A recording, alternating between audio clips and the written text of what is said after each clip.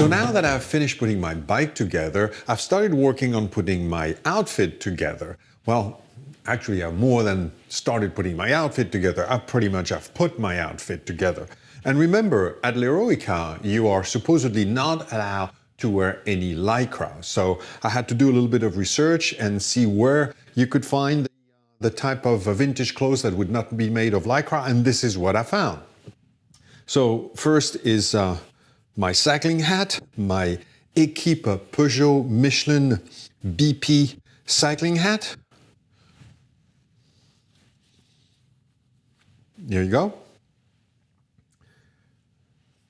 My matching Equipe Peugeot Michelin BP jersey.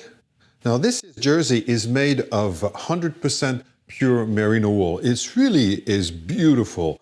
It's very nice to the touch. It feels wonderful of the body. It is really a very nice jersey. And I really can see wearing this and enjoying it even after Eroica. I have gotten my vintage glove, which are made of the typical crochet mesh on the top. The palm is supposedly goat skin. Those I bought from Aerotech. The jersey, the hat, and the shoes, as a matter of fact, I got from Steel Vintage Bike, by the way. I think that's in Germany. Then I got my bib. My bib, I got that from Bike Tires Direct. It's a Santini bib, and it's supposedly made just for Eroica. So I figure, how could I go wrong with something that's just made for Eroica? I even say so on the bib itself. And it says it's made of wool, but really when you look at the label, it's made of 40% wool and 60% nylon. So it's really a lycra bib as far as I'm concerned, with some wool on it, but I think that's as good as it's gonna get. And then my leather shoes. They are from, it says made in Italy. They're really beautiful as well. Again, that I got from Steel Vintage Bikes in Germany.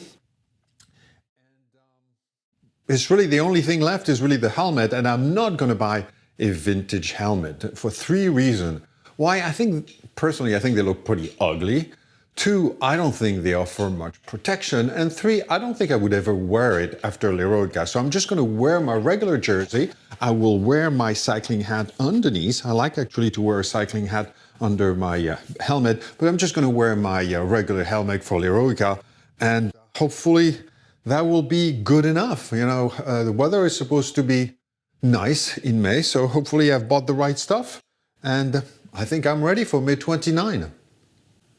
Before we wrap up this video, let me give you a quick update about the bike. If you recall, in my last video, I mentioned at the end that I was not too happy with the brakes on this bike, and in particular, I felt that the brake pad were really the culprit. So I ordered some brake pads from Velo Orange, and not only they look a heck of a lot better on the bike, but even more important, they offer much better stopping power. The difference is really noticeable, so I was very pleased with that.